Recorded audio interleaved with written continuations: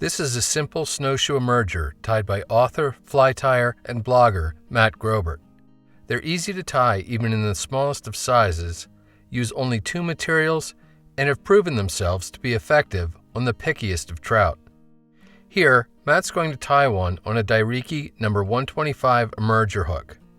After mashing the barb and securing the hook in his tying vise, he loads a bobbin with a spool of 6/0 olive Danville.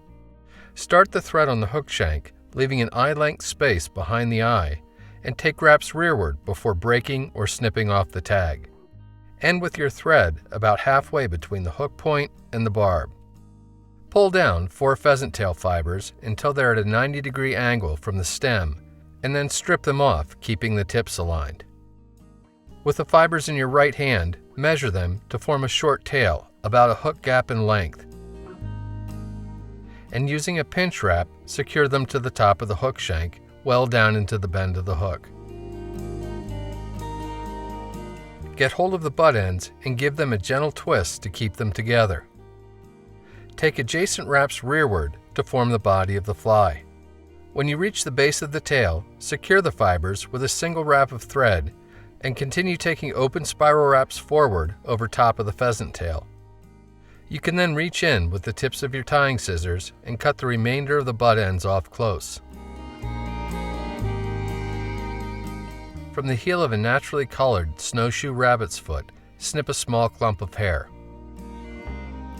Remove the soft fuzzies from the base of the clump, then pull out most of the guard hairs by their tips.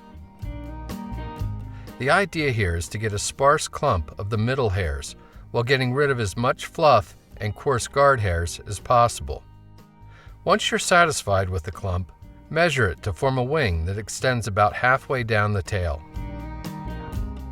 Transfer that measurement to your left hand and snip the butt ends off square to form the correct length wing.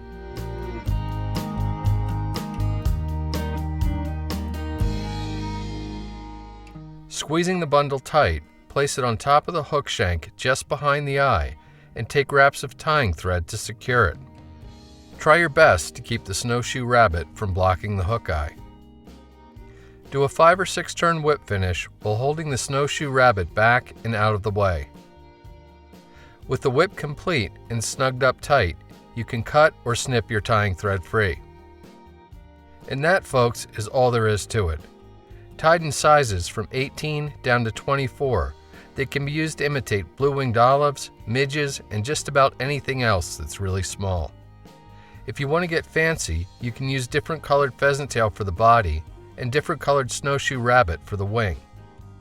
It's a phenomenal pattern, especially for those just beginning to tie and fish with small flies.